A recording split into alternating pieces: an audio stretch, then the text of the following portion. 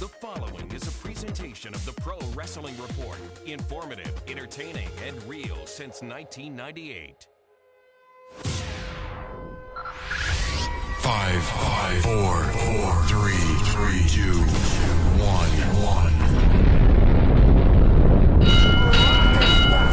To scratch a major itch. So enjoy your fruity pebbles, you yabba dabba bitch. The God Almighty! They've killed him! And CM Punk, and I am the voice of the voiceless. Be the man. You gotta beat the man. Woo woo woo. You know it. I got okie doke by the Live from the Pro Wrestling Report studios in Milwaukee, Wisconsin. This is Monday Night Meltdown with your hosts, Damian Nelson and David Hero. I'm proud to say we're doing things the Vince McMahon way. That's the bottom line. What? Cause Stone Cold said so. Bringing you all the latest news and views from professional wrestling. Monday Night Meltdown is on the air. Hello, ladies and gentlemen, and welcome to the Pro Wrestling Report Monday Night Meltdown. Damian Nelson coming to you here from the PWR studios, and I am joined here by the PWR team, David Hero. As the phone lines light up, it's going to be an active show with active discussion tonight. That is for sure, because to end WWE Raw tonight, it was John Cena and The Rock in a verbal throwdown, one-on-one, in the ring in Portland, Oregon. And I can't wait to talk about this, and I'm left feeling sort of, I'm not sure, actually. And we'll begin the discussion on that in a minute. That's all we're going to talk about tonight, ladies and gentlemen, on Monday Night Meltdown. The Raw that was. We will be joined by your phone calls as well as we enter the phone zone in about 30 minutes' time. The number you can call is 877-317-9772. Again, that's 877-317-9772. Be sure to indicate that you would like to speak by pressing 1 on your phone so that we do know that you want to go live here on Monday Night Meltdown. David Hero, wow, The Rock and John Cena, some are saying out there that it didn't quite go as people would have expected and that John Cena may be walking out of Raw tonight on the USA Network with the upper hand. Your thoughts on The Rock and John Cena? You know, John Cena did leave with the upper hand. I mean, Rock is out there doing his thing. Who knows if he's really reading notes off his wrist or hand or if that's a tattoo or whatnot. But John Cena gets to come out there and he gets to, you know, survey the whole situation and he gets to pick his spot. And you know what? John Cena, I can't believe I'm going to say this, he got the better of The Rock tonight. But who's to say what's going to happen next week? I mean, if The Rock comes out and buries Cena again, then it's like, okay, well, now Cena's going to be the patsy going into WrestleMania. But now there's hope for Cena. Let's just say this. It's going to be interesting for the next couple of weeks. And I think that's a key point right there because there are 4 weeks remaining. And I'm not sure any one man should dominate the conversation for those 4 weeks. It should go back and forth. I'm not sure anyone would have thought, and I certainly would have thought that it would be John Cena coming off stronger tonight because it did seem at times that The Rock may have been off his game. Maybe that was deliberate. But at the same time, there is no doubt that only one man in Portland, Oregon tonight had everybody in that arena in the palm of his hand, and that was The Rock. Absolutely. But, you know, let's not forget that The Rock has been brought back to increase business, okay?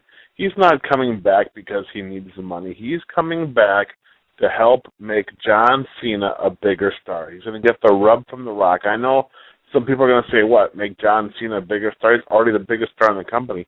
Yes, but is he the biggest mainstream star in the company? No, that title might just, in fact, go to The Miz, because The Miz is right. He does all the media. He's the guy that people want to talk to. The Rock was brought back to elevate John Cena to The Rock and Steve Austin and Hulk Hogan stratosphere of crossover wrestling stars. Did you feel it tonight, David Hero? Did you feel the realism and the tension between The Rock and John Cena? It was yeah. in that they don't ring like tonight each other. between those two. I mean, there is some professional jealousy there. I mean, when Cena says how The Rock left, he honestly believes The Rock left. When Cena said if the company would have closed his doors, he believes that The Rock would feel that way. And he says that because, let's face it, for as an amazing career as The Rock had, he only had 6 or 7 years. He wasn't in very long. He wasn't a 10, 15, 20-year guy. Like John Cena will probably be a 10, 15, or 20-year guy. But The Rock didn't have to. Hollywood called. They said, "Hey, we want the Scorpion King. You know, we want the Tooth Fairy," and that's what they got. But I mean, I don't know. It frustrates me when we talked about this on 5 More Minutes last week. People say The Rock doesn't deserve it. Well, if he didn't deserve it, Vinnie Mac wouldn't have brought him back. He's good for business, and at the end of the day, The Rock and John Cena will be the headlining main event at WrestleMania in Miami. It's not going to be Sheamus and Daniel Bryan. It's not going to be Jericho and Punk. It's not going to be Big Show and Cody. It's not going to be Taker and Triple H. The match that people are paying to see is The Rock and John Cena. Welcome, everybody. Join in the chat room here on Blog Talk Radio. Several hundred of you right now talking about that promo, that discussion, that tension between The Rock and John Cena tonight. And I will say this. I'm not sure that there has been anything in recent history in professional wrestling that has polarized an audience, that has split an audience. I wouldn't say down the middle, but there are very passionate fans on the Rock side. There are very passionate fans on the Cena side.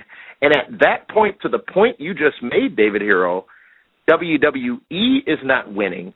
WrestleMania is not winning. But guess who is winning? You, me, and the thousands of people listening to this show right now, wrestling fans.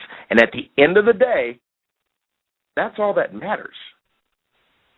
Absolutely. At the end of the day, put it this way, WrestleMania is going to win. Vinnie Mac is going to win. Cena is going to win. The Rock is going to win. Because people are talking about it. The merchandise is going to be ridiculous.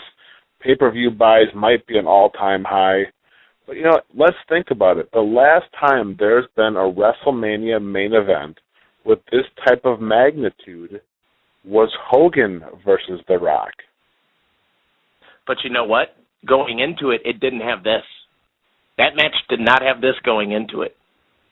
I remember promo in Chicago. I remember the ambulance. You're right, when the match happened, there was magic there. But going into it, there was not, at 4 weeks out especially, because I'm not even sure the match had been announced at that point. It might have happened after the February pay-per-view. Sorry if I'm wrong. But that's the difference. I thought you actually were going to go to saying there's not been this much buzz for a Mania main event since the Pontiac Silverdome in 1987 at WrestleMania 3, Hogan-Andre. It's on that level. Right, but that was a completely different time where they would take 4 to 5 or 6 months to build up a storyline, whereas nowadays, within 6 weeks, the program's over with. But, you know, I was thinking about it, like, okay, it's The Rock and Cena. The Rock had his pass the torch moment when he beat Hulk Hogan. Mm-hmm. Steve Austin never really had that pass the torch moment. Yes, he beat Shawn Michaels, and he had some great matches. But you got to figure, most of the time, Steve Austin was in a feud with Vince McMahon and the McMahon family and the corporation. He never had that big match. Now, I'm not saying that John Cena is going to beat The Rock in Miami. I think that would be crazy and bad for business.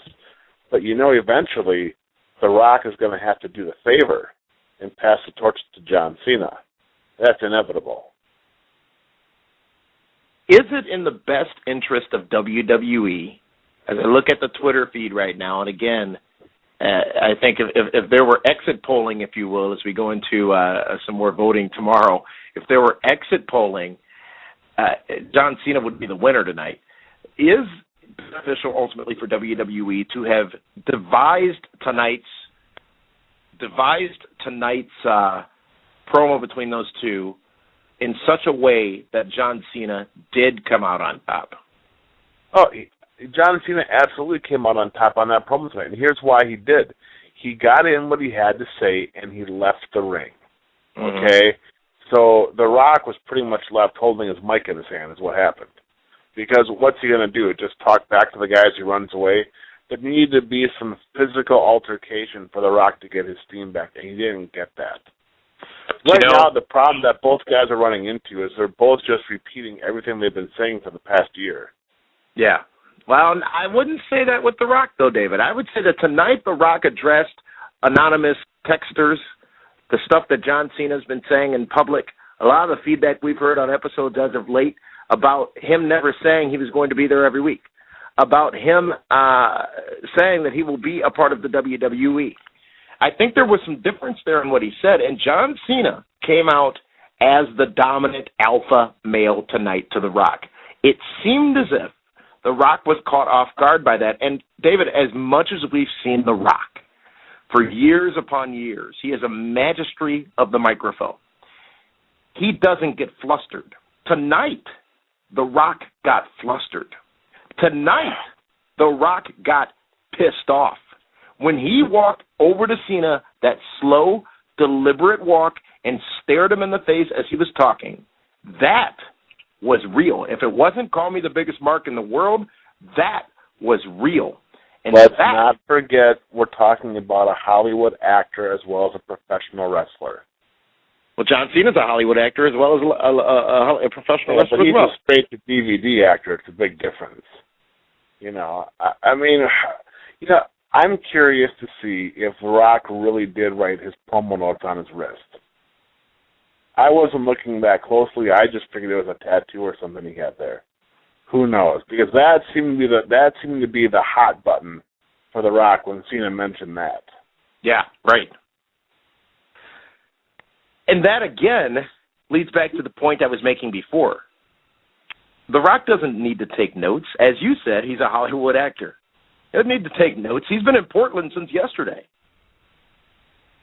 He showed up. He brought it. I wonder, and I'm not saying it was, but I wonder how orchestrated this entire exchange between those two were tonight. I don't mean the dialogue that was used, but the ultimate end result of John Cena taking a step forward and The Rock, who finally showed up, taking a step back. I think that there was a chink or a chip in the armor of The Rock tonight on Raw. I think he took a step back. I think if there was, it was intentional as a way to put a little more focus on John Cena and not on The Rock. I mean, for all the years that The Rock has been cutting promos and that electrifying crowds, he's never looked human before. He kind of looked a little human tonight. I think you know what? Those creative guys and Vinnie Mac and Triple H and Stephanie are very calculating. They know what they're doing. Yep. There's no way The Rock would go out there and fumble at, his big... Not at all. Yeah, so you got to wonder how much... In here, maybe I'm just overthinking the whole thing because I am a Rock fan. I like what he does. I think he's one of the best guys in the business as far as entertainers go.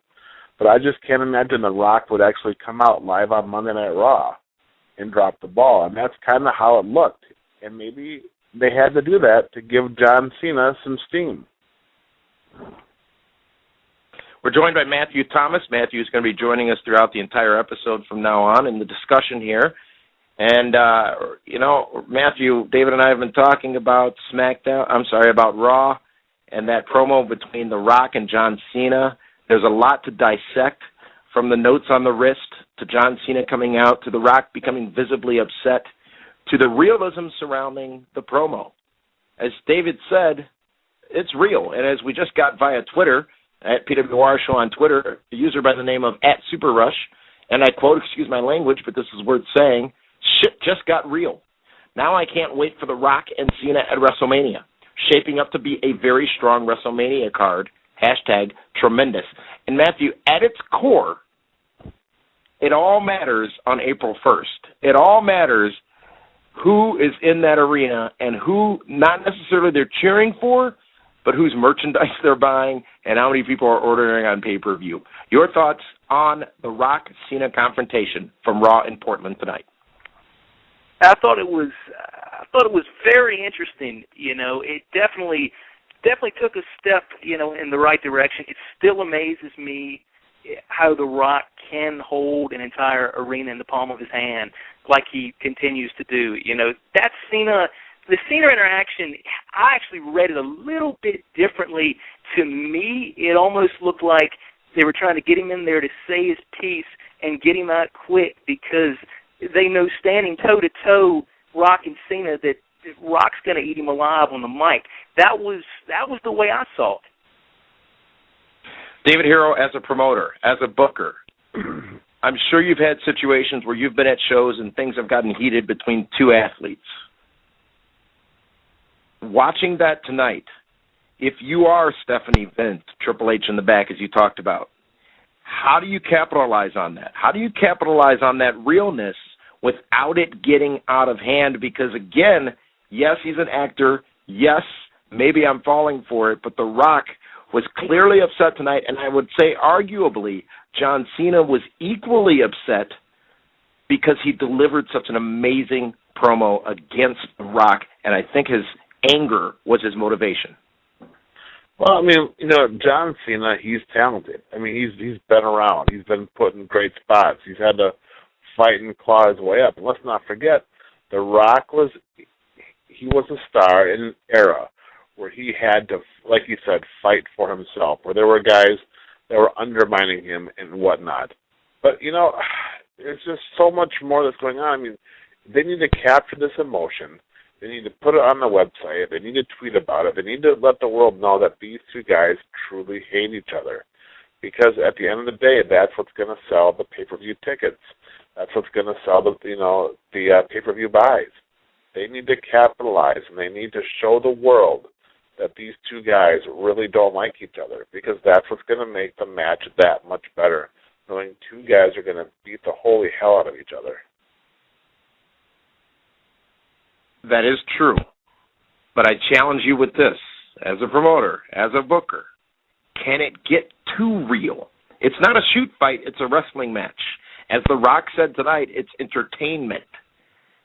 How do you not cross that line? Yes, they're two professionals, I see that, but how do you ensure that you don't cross that line? Both guys are going to want to make sure they get all of their stuff in on April 1st. They're going to get all their big moves in, the rock bottoms, the knuckle shuffles, the FUs, the whole thing. Everyone's going to get all their stuff in. And, you know, these guys know, let's do a great, you know, first one, then our second match will be that much more. Our third match will be the big money maker, because that'll be the rubber match. But both guys are pros. They both get it. They understand how this business works. I'm not saying everybody else does. But I will say this, I would hate to have to be the agent that has to sit down with Rock and Cena and come up with a finish for their match. Wow. You know, it's a surreal night. And, you know, I got to say this about Raw. Overall, it was a solid 2.5 hours almost. I think so. And there was way too many promos for me on Raw tonight. And they buried the tag teams again. I know. We'll talk about that as we go on. I'm not sure they did, at least from my standpoint. But back to The Rock and Cena. You know, you got people like Jim Ross coming out and saying, this is real. There is tension there.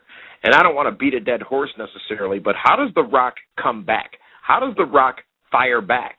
He's the most electrifying. He dropped all his stuff tonight. And granted, again, he, not Cena, he had the entire crowd in the palm of his hands.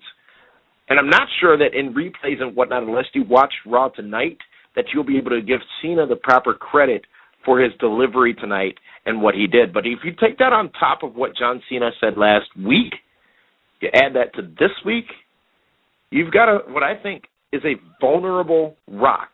Matthew, your thoughts? Yeah, you've got to do something. You got to do something like that to make it so it's not so one-sided. I mean, with The Rock coming out there on, you know, a weekly or a bi-weekly basis up until Mania, you got to give Cena some type of leverage, you know, so it's not just The Rock coming out there, you know, cutting these spectacular promos like he's been known to do in the past. So it's gonna be interesting to see how it plays out. David Hero, what do you do next week? Rock's going to be on Raw every week leading up to WrestleMania. What if you had the pencil back there in WWE, what would you do next week between these two? What I would definitely do is you have The Rock maybe bump into some of the guys backstage that, for all we know, don't want him there. Maybe he does get shunned in the back by some of the boys. You know, maybe it is like a Zack Ryder or it's a Dolph Ziggler or a Jack Swagger that when The Rock's there, they just like, you know, say, hey, we don't want you here kind of thing. Kind of get a little sympathy from the crowd, you know, get those other heels that rub Rock. And I'm not calling Zack Ryder a heel, but he was one of the first guys that popped into my head.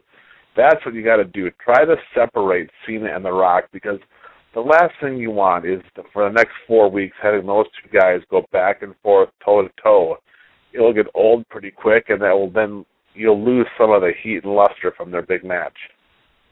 2002, Matthew, David, I'm sure the both of you remember, 2002 SummerSlam, Rock versus Brock Lesnar. Does WWE run the risk of, again, having The Rock in a matchup, a big-time matchup? Circumstances were different, but I think they're almost similar.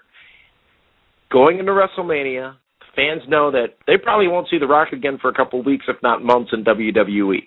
Do they run the risk of turning fans against The Rock at WrestleMania on April 1st? And is that a risk, or is it a long-term benefit? Matthew, I'll let you answer first.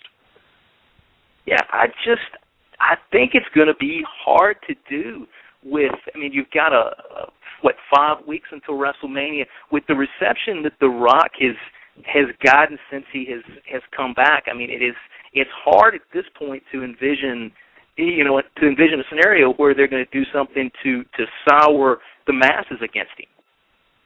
David Hero, do they run the risk of damaging The Rock and putting him back in a situation where in 2002 in that matchup against Brock Lesnar, where The Rock passed the torch, by the way, that he is getting booed out of the building?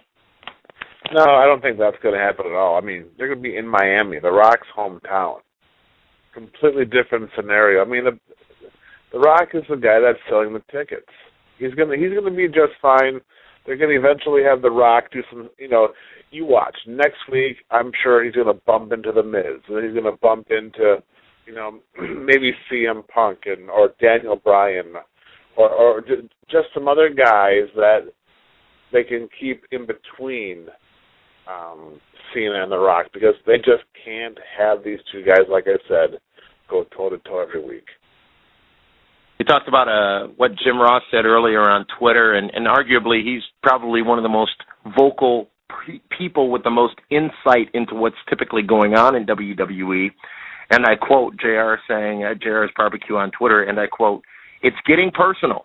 John Cena and The Rock, legit, guaranteed, no BS." David, if you think back over the 72 years you've been a wrestling fan, can you remember another story? Oh, I thought you just turned 82. That's okay. That's fine. I get you. Is there another story? Is there another big time match? I'm not talking Brian Pillman and Kevin Sullivan and things of that like.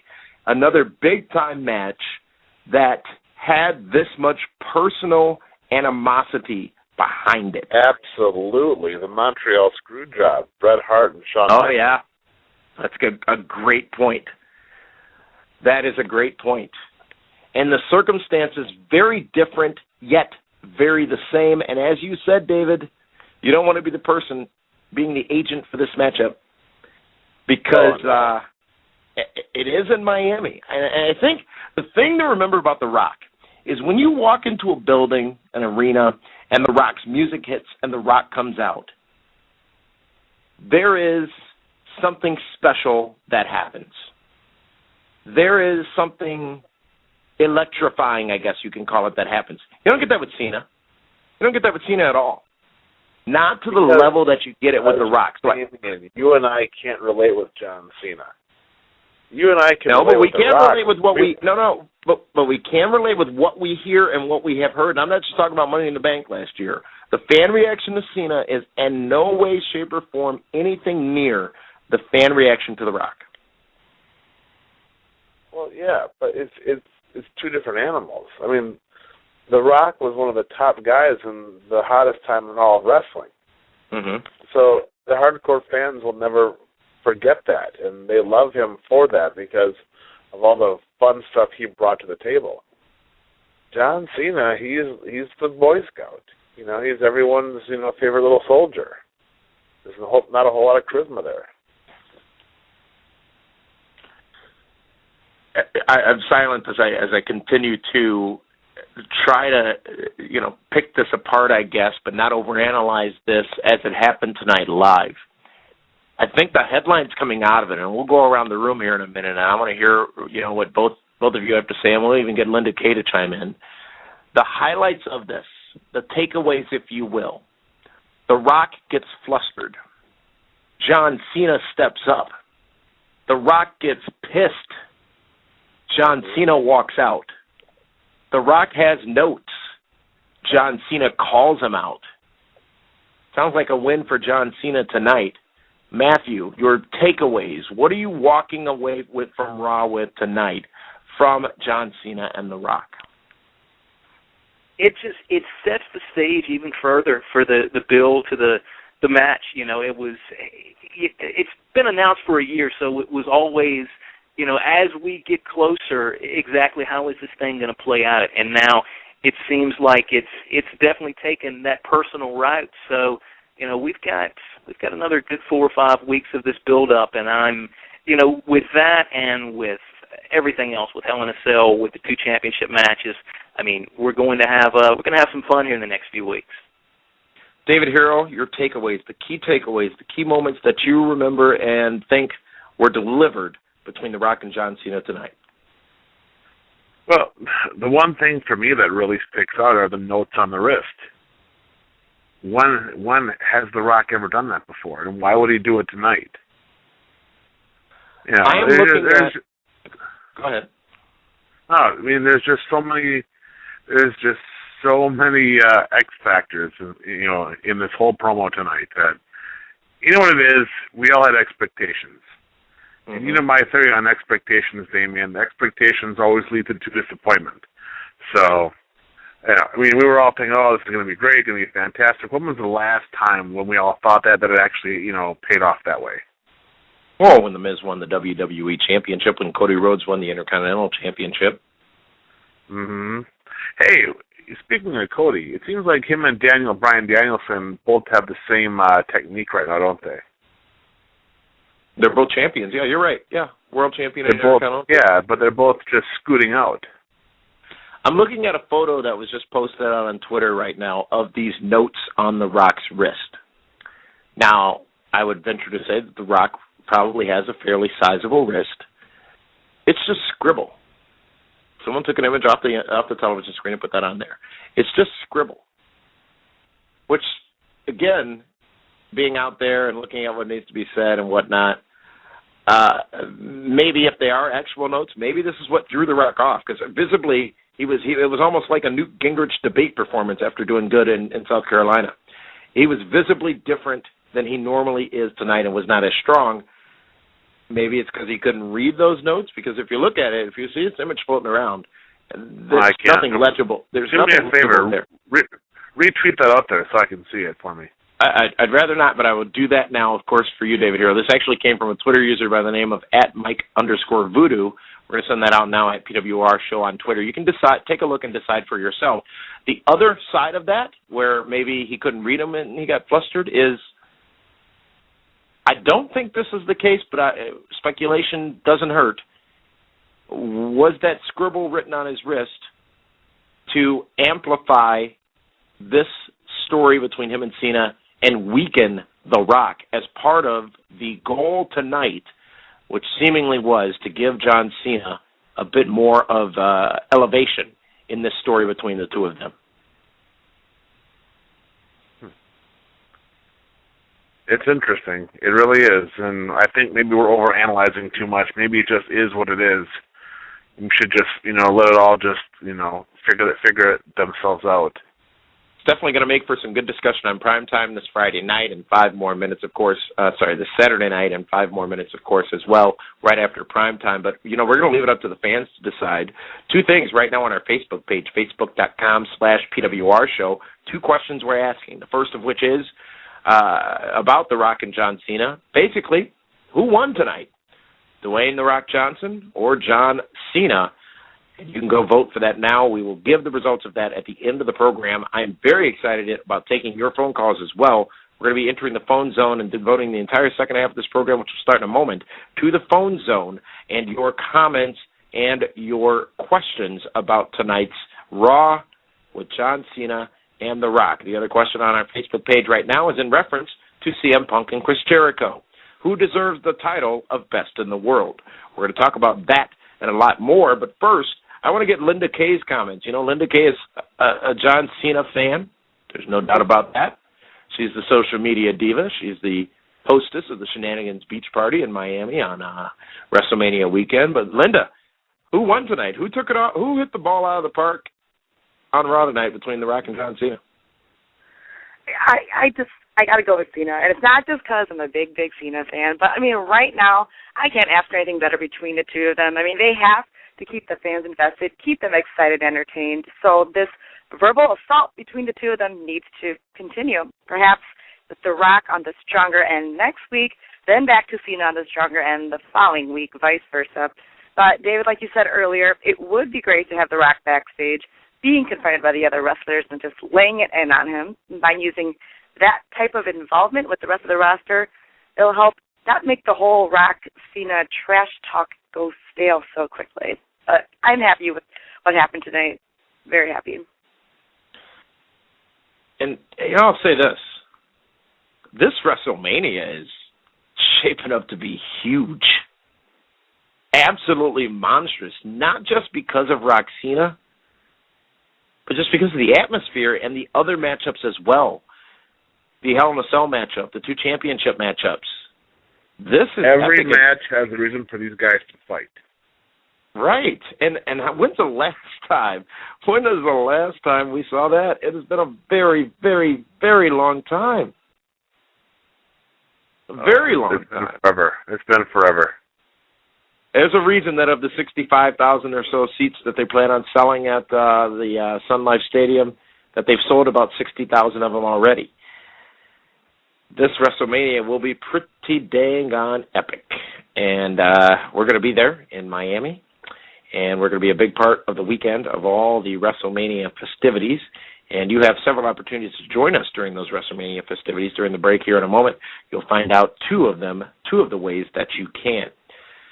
I want to talk a little bit more about Raw because I think the first hour, specifically the first 35 or 40 minutes, started off incredibly strong as well. There was no Rock, there was no Cena, there was no Triple H, there was no Undertaker. It was all about Daniel Bryan, CM Punk, not Daniel Bryan, I'm sorry, I back up there. It was all about CM Punk and Chris Jericho in those first few minutes of Raw, and indeed then later added Daniel Bryan, Sheamus, Jericho. You had shenanigans with Laurinaitis and Long as well, but a very strong open to Raw, focusing on the other 2 championship matchups. Speculation is out there as to just how great the matchup between John Cena and not John Cena, but CM Punk and Chris Jericho will be tonight, especially given some of the things that were said between those 2, and that Jericho alleging that Punk is just like him because he wants to be Jericho, which then got a retort from Punk saying, I've been here swimming with the sharks while you're dancing with the stars. And Jericho then saying he's back for one reason and one reason only, and that is to embarrass CM Punk at WrestleMania. I thought it was absolutely tremendous. Matthew, your thoughts? The same here, without a doubt. And that's, one thing over the last couple of weeks with the build to Cena Rock, with the announcement of Hell in a Cell and the Undertaker Triple H promos, I had, kind of just put in the back of my mind the whole Jericho CM Punk, and to open the show with that tonight, I mean, just a reminder again of how great of a build-up it's going to be to this match. And, like you mentioned, the potential that this match has. That's one thing that's great about this WrestleMania. As exciting as the build to Cena, Rock, and Undertaker, Triple H are going to be, you have many matches on this card that can potentially steal the show, with CM Punk, Jericho being a very likely contender. David Hero, CM Punk, Chris Jericho, WWE Championship. Some pointed words from the two of them as well. Your thoughts? Well, those two guys know what they have to do. They know that they are the third match from the top. And both guys are tremendous performers. Jericho has been in this spot before where he had to follow Hogan and Rock, and now he's going to have to, prelude Rock and Cena. Those two guys are going to put together one hell of a match. And everyone's going to kind of forget about them because they are third from the top. It's going to be interesting to see how good of a match those two guys have, because Punk and Jericho both want to show the world that they are the best, and they'll do whatever it can to make sure that their match is. But you know what? People still talk about Steamboat Savage, and you referenced that maybe this could be the next Steamboat Savage. But people still, in more mass, speak about Hogan Andre from WrestleMania 3. Well, right. Hogan and Andre, much like Cena versus Rock, is the match that's going to sell the tickets. But the match that stole the show was Savage and Steamboat, and it'll probably be Punk and Jericho. Wow. An active Raw tonight, and one where we saw Eve come out as well. And I will say this. In just 3 weeks' time, Eve has become one of the, if not the top girl in the company, at least as far as mic time, promo time, and heel heat goes under Vicky Guerrero, rather. Yeah, they did it. It's interesting because they've been really pushing Beth Phoenix as their top heel diva. And where was Beth tonight? Maybe it would have been cool to see Beth and Eve kind of, give each other a hug. Cute. Well, you know what I mean? Like, okay, now they're going to join forces, and then they can be the two dominant women in wrestling. Yeah. Again, we want to thank everybody joining us in the chat room. Over 300 of you discussing Raw, discussing this show right now in the chat room. And, just some interesting discussion, especially about the Beth Phoenix and the Diva situation in WWE. We're going to do this. We're going to take a time out. We're going to come back, and we're going to do nothing but take your phone calls, all right? Matthew, David, and I will take your phone calls, and we will ask you to do this. Prepare your question, prepare your comment now so that we can do rapid fire on these calls. We'll have only about 20 minutes of show left when we come back. We want to get to as many of you as we can, so please be listening for your area code, be listening, and be able and be ready to go live here on the Pro Wrestling Report Monday Night Meltdown. We'll be back in just a moment. Monday Night Meltdown continues after this, live on Blog Talk Radio.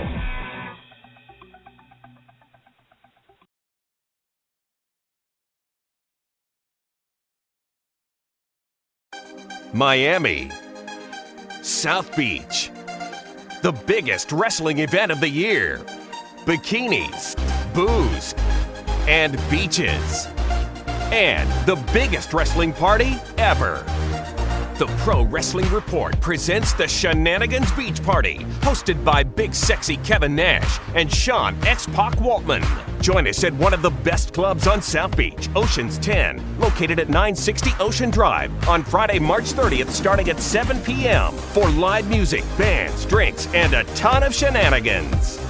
The Shenanigans Beach Party will feature appearances by Billy Gunn, TNA TV champion Robbie E., former WWE Tag Team Champions The Headbangers, Shane Hurricane Helms, along with others, and special appearances by Arda Ocal and Jimmy Corderas of The Score, Justin LeBar, and Josh Eisenberg of Chair Shots Reality, and the PWR team of Damian Nelson, David Hero, and the Coyote Ugly Calendar Girl, Linda Kay. Tickets for the biggest wrestling party ever are on sale now at pwrshow.com and start at just $15. VIP tickets, which include a private meet and greet along with early access, are available for only $99 each, but quantities are very limited, so buy now. Tickets are going fast for the PWR Shenanigans Beach Party, so buy yours now only at PWRshow.com. And don't miss out on the biggest wrestling party ever. Hosted by Kevin Nash and Sean Waltman.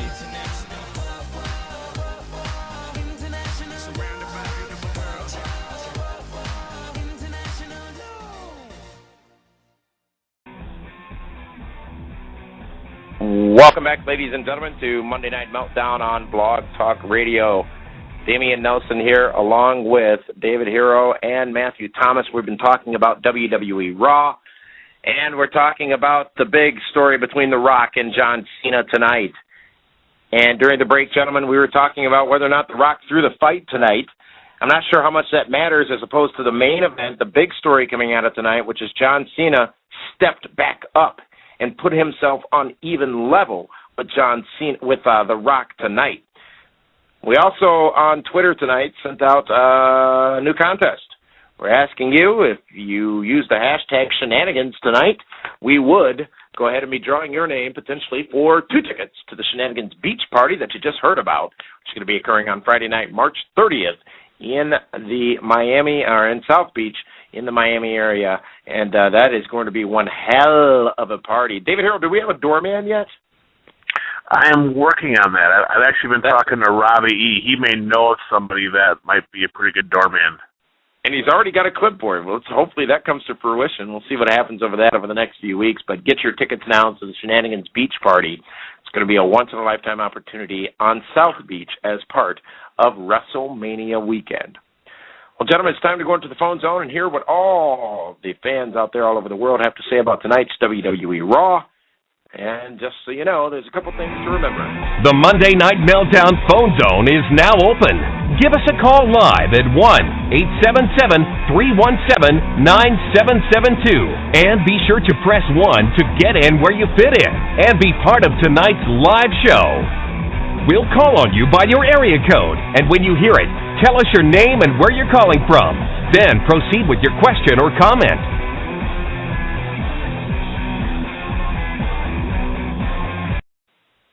All right, let's go down to our first caller, who is calling us from the 269 area code. Caller, what's your name and where are you calling from? This is David from Michigan. What up, David from Michigan? You could notice that. I rewinded my DVR, and you could see a lot, something written on The Rock's left arm. Yeah, there's no doubt there was something there. Yeah, I mean, but my thing I wanted to ask you guys, I know you guys got 20 minutes left, so we went through the 10%, as Eric Bischoff called the Internet fans. Has the Internet fans taken like maybe 70 or even 80% of the fan base of the WWE? And I'll let you guys continue and just answer my question, and I'll wait. David, real quick, you're asking if the Internet fan base is 70 to 80% of the WWE audience? It seems like that's what they're hitting towards now all of a sudden. Twitter, go to WWE.com. Most of The Rock's promo was about Twitter anyway. Yeah. You know, I think that, and I appreciate that call, David, from out of Michigan, a loyal caller. I think the one point needs to be made is there's a difference. There's a difference between some of the casual fans who may be on Twitter, who then get exposed to things they may not have been exposed to in the past, such as some people who are on Twitter or the Facebooks of the world who are being exposed to this stuff now, as you said, David, are not people who were checking wrestling websites or people listening to shows like this.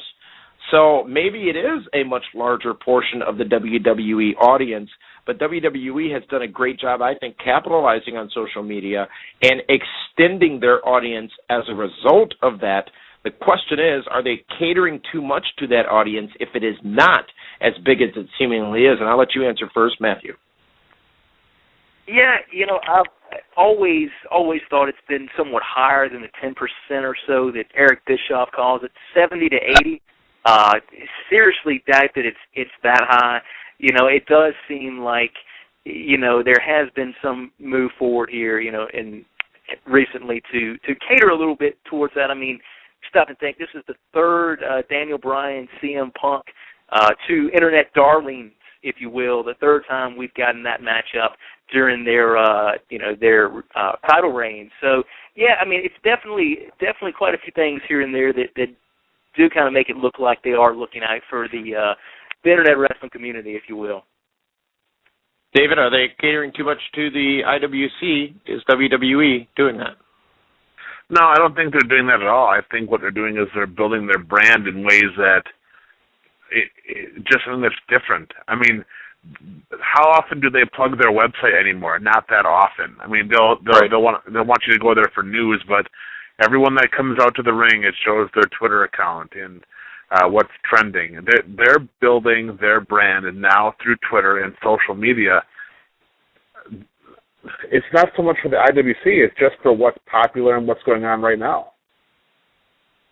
Let's go to our next phone caller, and our next caller comes to us from the 407 area code. Caller from the Orlando area. You're live. What's your name? Glenn. Glenn, what do you have? Glenn. Two concepts for you. First concept would be concerning Punk and Jericho. What do you think of the idea of having a 2 out of 3 falls, first fall submission match, second fall pinfalls only, and the third fall I quit match to see who really is best in the world?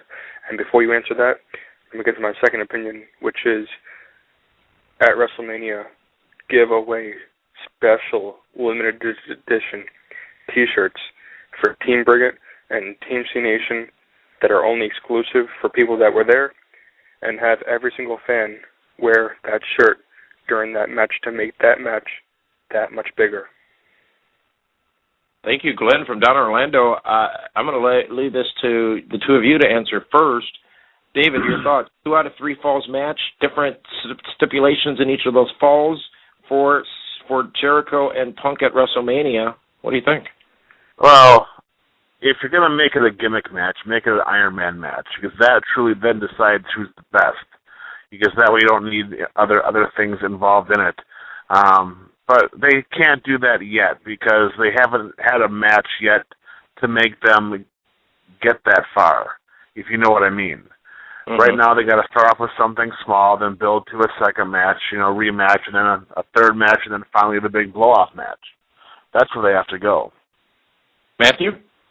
I think a match like that, those two could definitely deliver, but at this point, it seems like it's unnecessary. And if you are going for a classic at WrestleMania, it seems like those memorable matches, how many of them are gimmick matches? I think the two of these guys in just a straightforward wrestling match will be more than capable of putting on a hell of a performance.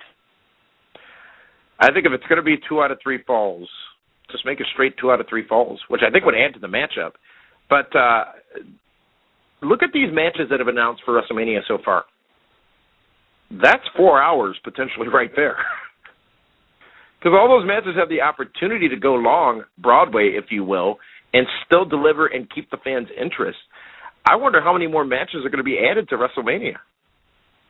I don't think they'll have more than 8 matches. I think 8 is pushing it as far as time, because you got to figure Rock and Cena are going to need at least 20 to 25 minutes, and 8 minutes is going to be entrances.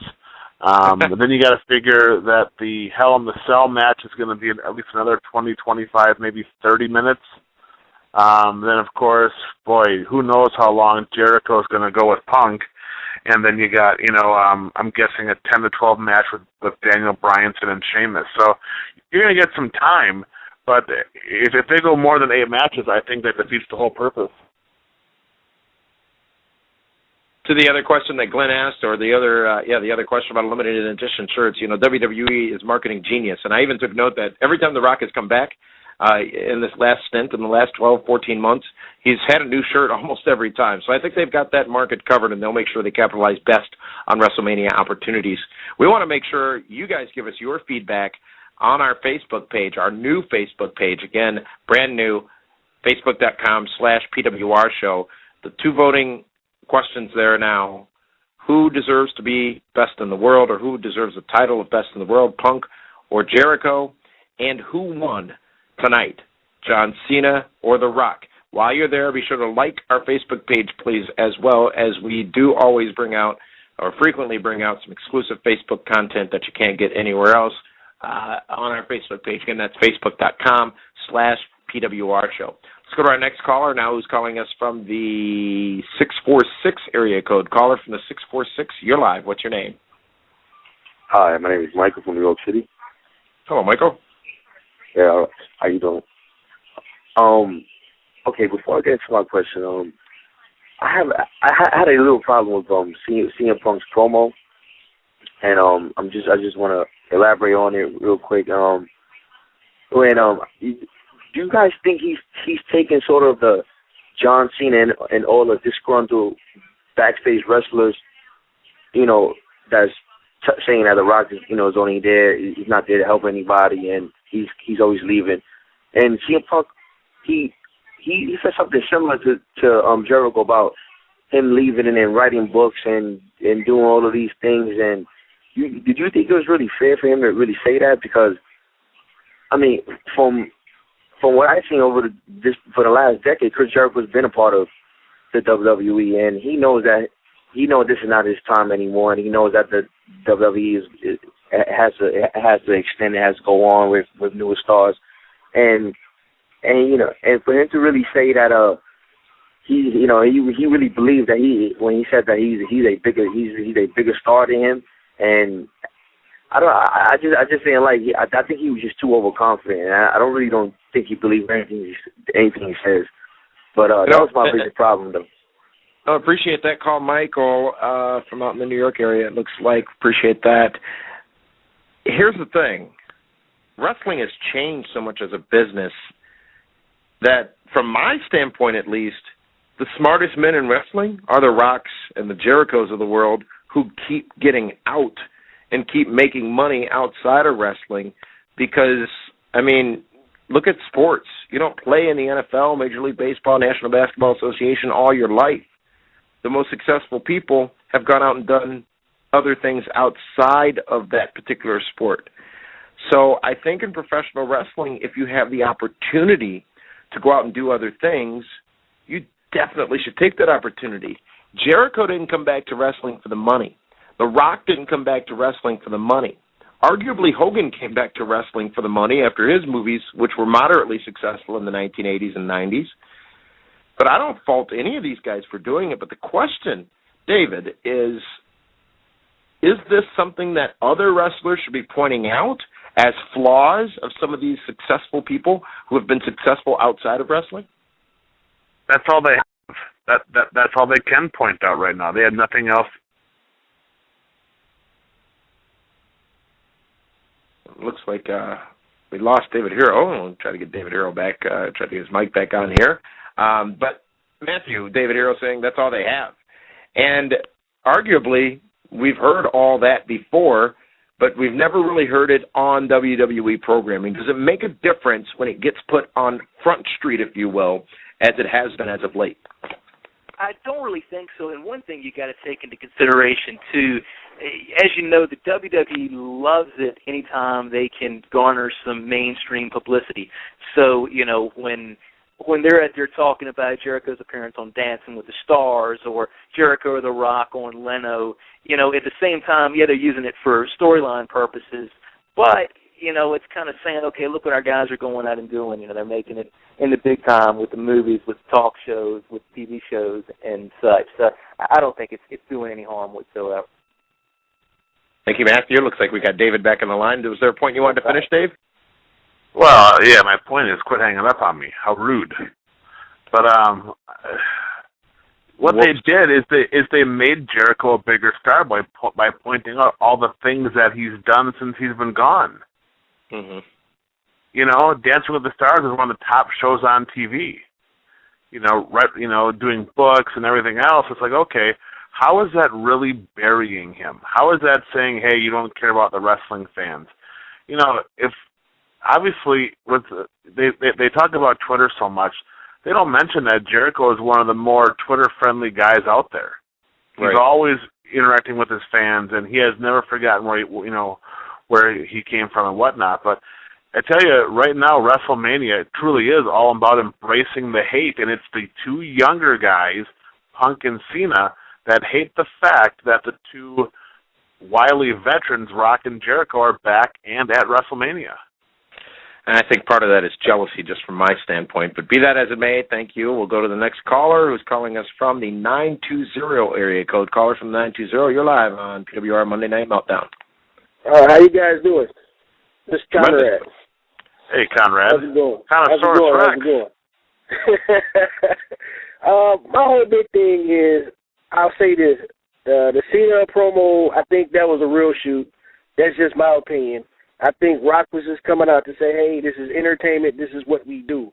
But I think it is a personal vendetta with Cena for some reason.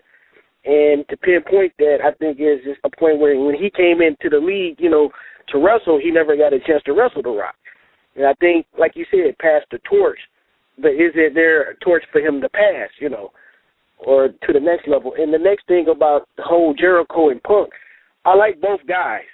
But Jericho, I used to hate that guy, but I love that guy the most because he's been all over the world. And Jericho has nothing to prove. He's proven. That's how I look at it. And I just let y'all guys just interact with that, and I see y'all guys next Monday. All right. Thank you so much for the call, Conrad. I think it's jealousy. I really do. I mean, there's definitely some realism to it. There's no doubt there's some realism to it, but it's great to watch. It's definitely fun from a fan standpoint. But I really do. I mean, you can't be a John Cena and be the face of the WWE movies. And arguably, those movies weren't all horrible. I enjoyed 12 rounds, to be honest with you, which he made light of last week, saying maybe it should have only gone 3 rounds. But you look at WWE, I think in the latest financial results, they lost $20 million in the movie division last year. You can't be that person who's being the face of those movies and be a failure, and look at a man who is a runaway success in the same genre coming back onto your turf and trying to get back into the hearts and souls of the same fans that may not love you as John Cena, but if they don't love you, they certainly hate you. There's nobody really impartial as it pertains to John Cena. So I can see the professional, and there's a big difference between professional jealousy and real jealousy. I think in this case, it's both. But that's really what I see happening between those two. It's interesting how CM Punk tries to bury Jericho by saying, you wish you could be the man like me. And I tweeted out earlier, CM Punk isn't contending with a Rock and a Steve Austin and a Triple H and an Undertaker and returning Hulk Hogan and NWO and a Stephanie McMahon for TV time. It's Punk and Cena. That's pretty much about it on the Raw brand. Yeah. So, that's why he's the man, but he's more the man by default. Jericho never got the kind of push that Punk has been getting for the past 6 years, or for the past 6 months. And I really think CM Punk needs to be careful. I think he runs the risk of alienating a lot of his fans. Because of, as Jericho said tonight, his sarcasm and his comedy at times. It's difficult when you're writing that on Twitter, it's more difficult when you're writing on Twitter as opposed to when you're saying it live in the arena. It always comes off great in the arena, but some of his stuff, if you follow Punk on Twitter, which I assume many of you do, he's being that same person, but I think there's some definite risk there in being labeled as just a jerk. And there is a pocket of the audience that will love that, but there's a larger part of the audience that might be alienated by that, in my opinion. Let's go right next. What's interesting is how Punk even got another little jab in at Chris Brown on Raw tonight. Right, yep. Hey, did Cal ever hear back from Justin Bieber? You know what? Cal did get a cease and desist order. I guess Bieber should have done that. Cal's going to steal his woman, Let's go to our next caller. Caller's been waiting on hold for a while from the 251 area code. Caller from the 251, you're live. Hey, fellas, how y'all doing? This is CJ down here in Mobile, Alabama. Hey, CJ, what do you have for us? I just got one particular question to ask y'all. With the Cena and the Rock situation, I wanted to know, from your point of view, if they do the unthinkable and allow John Cena to win, WrestleMania, how bad of effect would they have on Monday Night Raw? Thank you for that call, CJ. Matthew, I'll give this one to you first. Yeah, if WrestleMania ends with Cena standing victorious in Miami, it's going to be interesting. Part of me, as much as I would love to see The Rock go over, there's this other part of me that really wonders, what does it accomplish by having, other than leaving, Miami satisfied, what does it accomplish by having The Rock stand tall at the end of the match? And I don't, unless you continue it as we've talked about, and then ultimately have Cena go over down the road with that torch being passed, I really don't know what you accomplish going forward with The Rock actually winning in Miami. David Hero, is it all about placement as it pertains to the WrestleMania card? Yeah, absolutely. I mean, where you got to figure that the Hell in a Cell is going to be fourth from the top. You got to, probably maybe Jericho and Punk open the show. And how damaging would that be for both of those guys' egos? Right. But the show is going to end with Rock and Cena. That is the headlining main event for WrestleMania, hands down. Let's take another caller. This time our caller comes to us from the 601 area code. Caller, what's your name? Sergeant Kevin Robinson, Jack, Mississippi. All right, what do you have for us? Okay, I didn't have to watch the promo because, I'm sorry, not Cena. Rock got watered down last year, so I'm sorry. It's a work. Come on. Cena can't even hold a torch to what The Rock can do on promos, ring work, and his history. Cena's a robot. I'm sorry. I mean, I used to like him. I'm sorry. Cena is a tool. I got mad with him around that Nexus angle crap. He's not, I'm sorry. That's I can't stand the man. I hate him. Cena sucks. All right. Well, thank you very much for that call. We had a little background noise there. The final statement was Cena sucks. And this is going to get intense over the next few weeks, and I can't wait. I love it. And I don't mean the banter between and it's not banter, but I don't believe the dialogue. I'm not talking about the dialogue between The Rock and Cena. I'm talking about the fans' reaction. There's going to be some virtual wars on Twitter going on between Cena friends and, not friends, but Cena followers and Rock followers. Let's go to our next call. Caller comes to us from the 201 area code. Caller from the 201, you're live. Hi, this is Gabriel from New Jersey. I was actually the last caller last week. Hey, Gabriel. How's everything? I totally agree with that last caller. I think that The Rock is totally going at, I'm going to say 60% Rock, because we know that he could just destroy Cena. And since I spoke about Rock last week, I'd like to talk about Cena this week. I'm glad that he gets booed because, casual audience or not, hardcore or not, he just does not appeal to adults. That's why Justin Bieber gets booed out of basketball games, because he appeals to little girls and not men. Right. When you're an adult and have been around the block, you're in a better position to judge quality than when you're a child. Child being Cena's fans. Yep. I really just can't stand. I'm fed up with the excuses for Cena. He likes to say, "Oh well, you can't please everybody." Where was that excuse when Stone Cold was around? When did we ever hear Stone Cold boos? No, it's because everybody was a Stone Cold fan, period. And I think it's hypocritical how John Cena likes to boast that, all of a sudden he's a professional wrestler as opposed to an actor.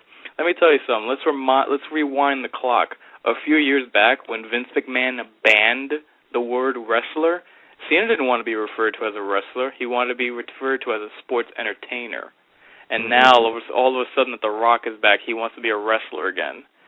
And I know my time is short, but, the biggest cliche for me that surrounds the chain gang commander is that this rapping Marine is someone that you might not like, but you have to respect John Cena. And I'm sorry, but I don't, because he doesn't motivate me to invest in him.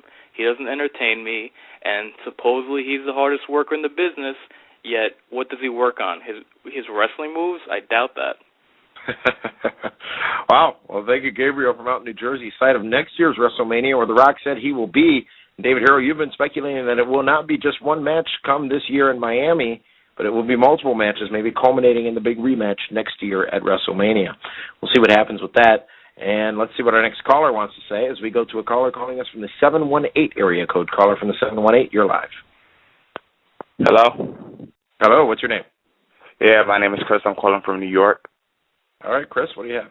I just have one comment. I want to know, are they gonna try to do with The Rock what they did with Bill Goldberg when he came into the business? That Christian was like, "We don't want you here. We don't want you here," and he really got a little bit of a push by telling that to Bill Goldberg.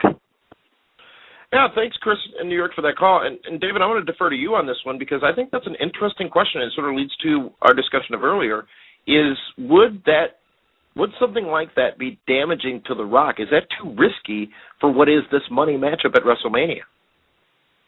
I don't think that The Rock is going to damage himself at all. I think he's going to be just fine. He's going to roll into WrestleMania.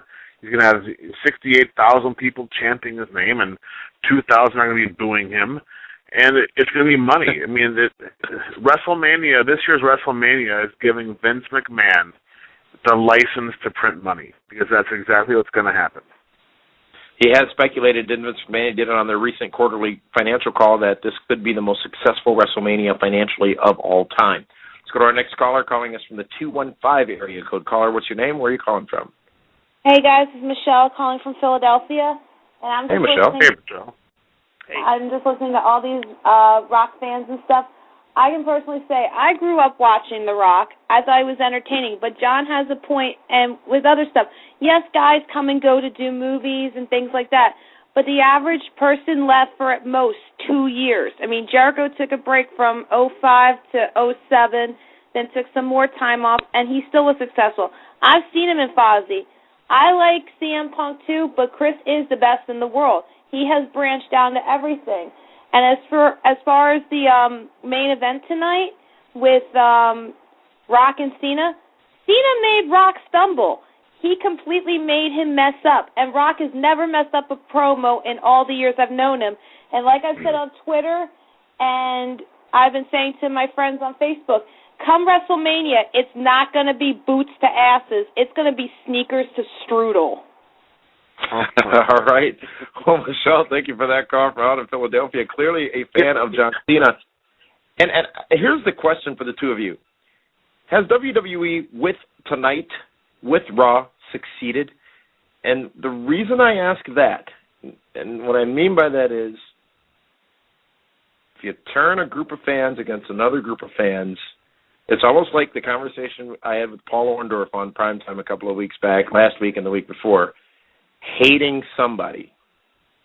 It's not necessarily about who you love, and maybe too much time has been spent trying to get fans to love John Cena. They've lately embraced the hate. This has been a deliberate thing, which makes tonight seemingly a little bit more orchestrated, but this has been a deliberate thing between Cena and The Rock for a year now, with it going solidly into fifth gear at the Royal Rumble and before the Royal Rumble with Kane and Cena and the embrace the hate thing. This is well done. And ultimately, at the end of the day, back to the original question, have they succeeded in what they need to do with The Rock and John Cena in just what they did tonight? The culmination of all that tonight. We'll start with you, Matthew. Yeah, I think it's absolutely money. I mean, anytime you can get a segment of a certain person's fans as impassioned as Rock's and Cena's fans are, I mean, it's definitely a success. David Hero. They need to, but what they're doing is everything's going in the right direction. Like Paul Orndorff says, you have to have someone you want to hate. A lot of the fans hate John Cena. They just hate him not because of who he is, but maybe as to or what he represents, which is the ultimate good guy, the ultimate babyface. You went from the anti-hero in Stone Cold Steve Austin. You went from the cool hero/heel with The Rock. You know, even Hulk Hogan was the cool anti-hero, to now the ultimate babyface, and that doesn't work well anymore. You know, that's not what wrestling's about. It's about, you know, someone that you want to see, hang out with, and have a beer with, or have wings with, or something. And right now the fans don't want to do that with John Cena. Now, I'm sure some of the kids do and some of the women, but overall, that's not the wrestling demographic. Thanks for that feedback, guys. Let's go to our next caller, calling us from the 704 area code. Caller from the 704, you're live. What's your name? Where are you calling from? Hi, Damien. This is Phil from Charlotte, North Carolina. And I can't follow that last girl, man. She had a great line, man. Sneakers to strudel. That was great. that should be trending. I think that's hilarious. No, my comment is kind of I guess maybe kind of a request. Anything from you guys. It's been a year of build-up between these guys.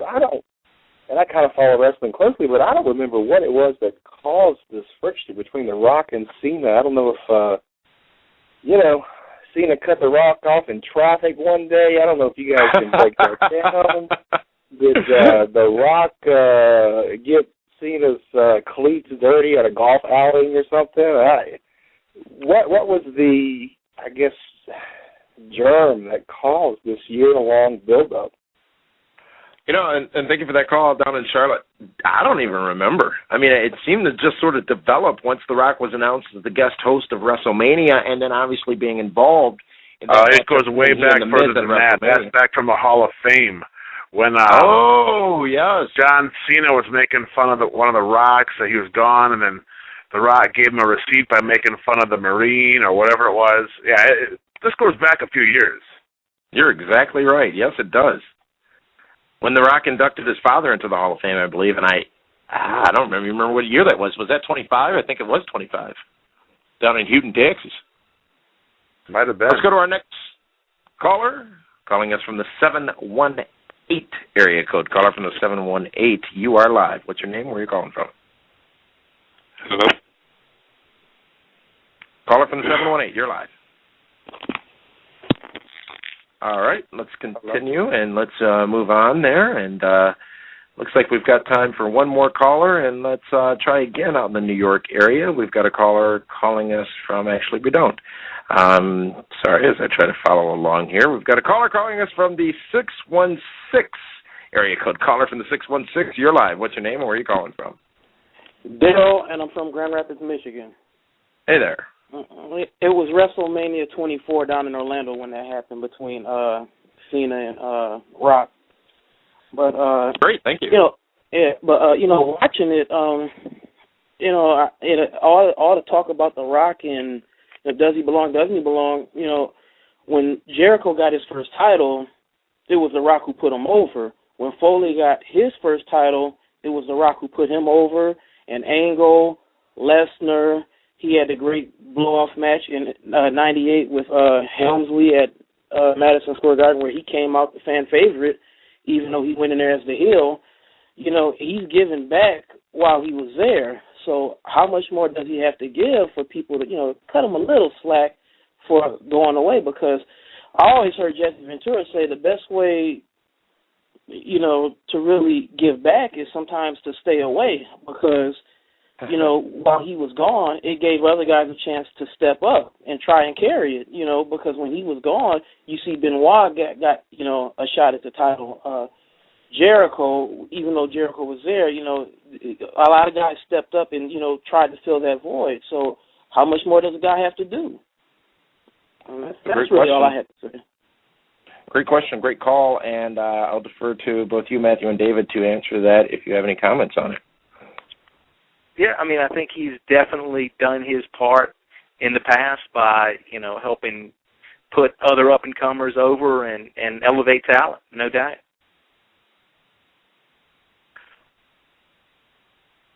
You know what? For me, I'm just glad The Rock's back. He's made WrestleMania interesting. Can you imagine where they would be right now if he wasn't even at WrestleMania this year? What would be their main event? Would it be the Hell in a Cell? Would it be Punk and Jericho? No other match on that pay-per-view would sell 70,000 tickets. That's so right.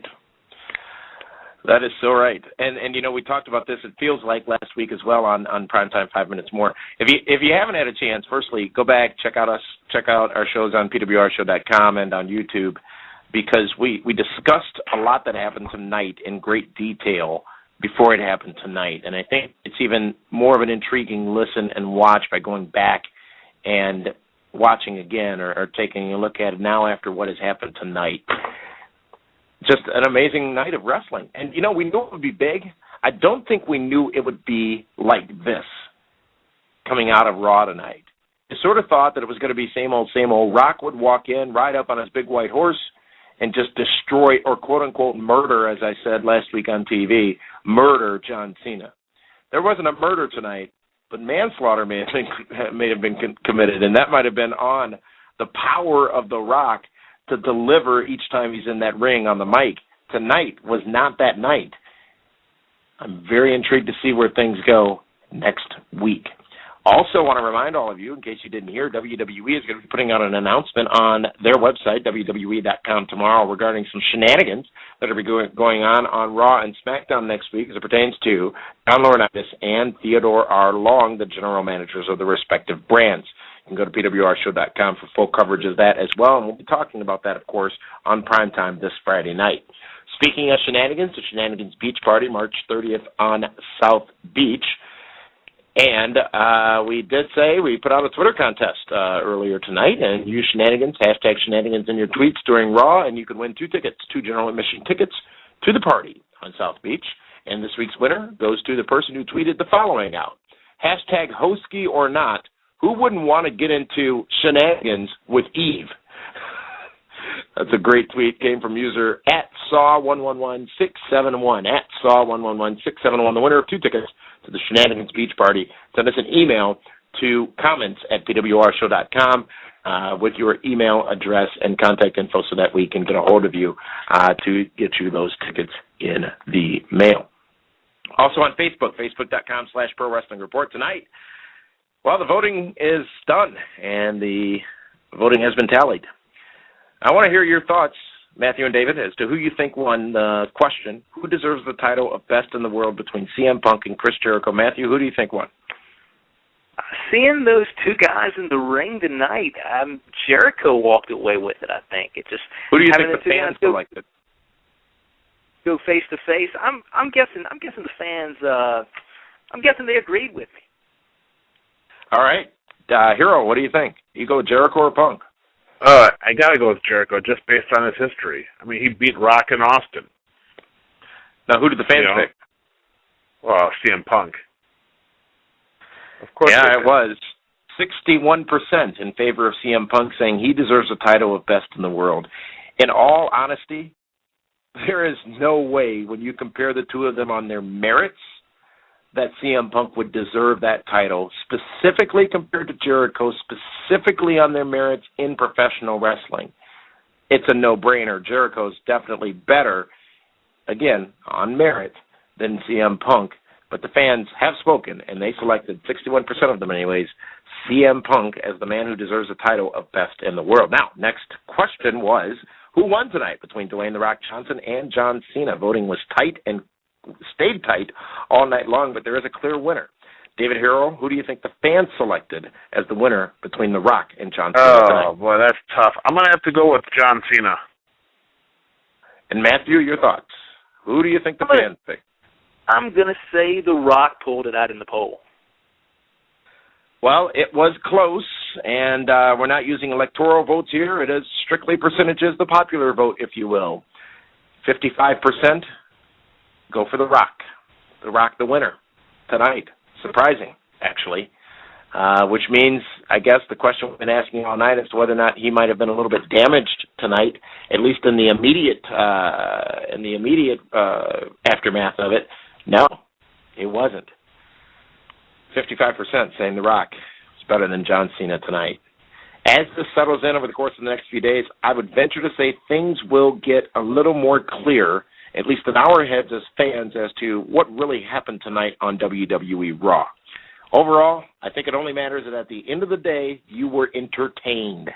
And tonight, I think from top to finish, a couple of excursions in between, It was a very entertaining episode of WWE Raw. I want to thank the hundreds of you joining us all night long in the chat room here on Blog Talk Radio. We do read your comments. We did not forget about you. I want to thank the many of you who called in and were part of the program as well. I want to thank Linda Kay as well. Meathead, not available tonight. We'll be back next week for the Raw Roundabout here on Monday Night Meltdown.